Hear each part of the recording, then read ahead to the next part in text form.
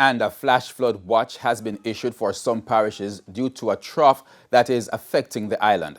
The rainfall in some parts is expected to continue into tomorrow, and we will have more on that later in primetime weather. Now, we're still trying to contact communications manager for the National Works Agency, Stephen Shaw. We should be able to get through him a bit later. But in the meantime, we move on to other news. As for a third day, angry residents of Denham town are protesting the fatal shooting of their neighbor by a soldier. Now, the demonstration, which started in the community early this morning, ended with the residents outside the Jamaica Defence Force Up Park camp demanding justice for his killing. Jamaica Maitland was there.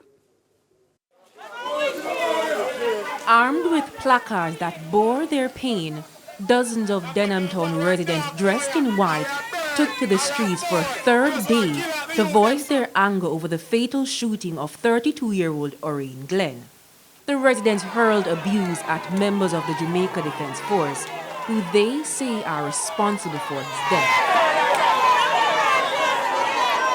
There was also larger than usual police and military presence, including a SWAT team, to calm the angry crowd and maintain order.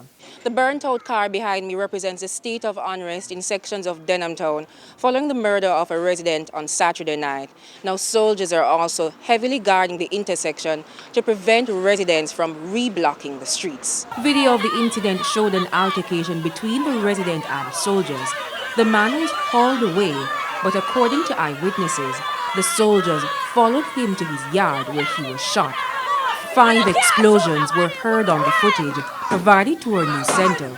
That footage was also given to the Independent Commission of Investigations, INDICOM, which is probing the killing. I have one son, and him go looking food and come back, he might not have it, but one thing him have a food for him. Them take away the little boy a father from him, and we need justice. His partner showed us a bullet-riddled jeans that Oreen had on his shoulder when he was shot. Her voice hoarse from the crying. We the civilian them afraid of no fear, no, can't deal with it like animal. Denham town has been under a zone of special operations since October 2017. Officials have been pleased with the relative success of the ZOSA in the area, but there are fears that the shooting will further strain the already brittle relationship with the security forces. There are soldiers who get along well, the police getting along well with the citizens. This situation is kind of different. It goes against everything that has happened over the past 3 years. We glad for police and soldiers there because less things go on, but they not do the right thing with them for do. A bad man thing them do, you know. One thing the man said to them, them a beat a local youth. When I beat my co-worker, so I want to show the video on the national TV. Now I not in a virgin. On the door I not show the video where the soldier charge out of the car and the man going and me kill. You don't even know I kill my friend that you.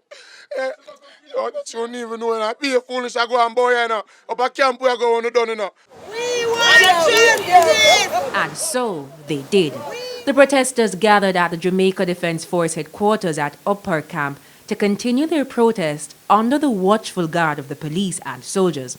The Jamaica Defence Force says an internal investigation has started in addition to the probe by INDICOM. There was no mention of the status of the officers involved. However, the residents ask that they be removed from the zone of special operation. Jamaica Maitland, TVJ News.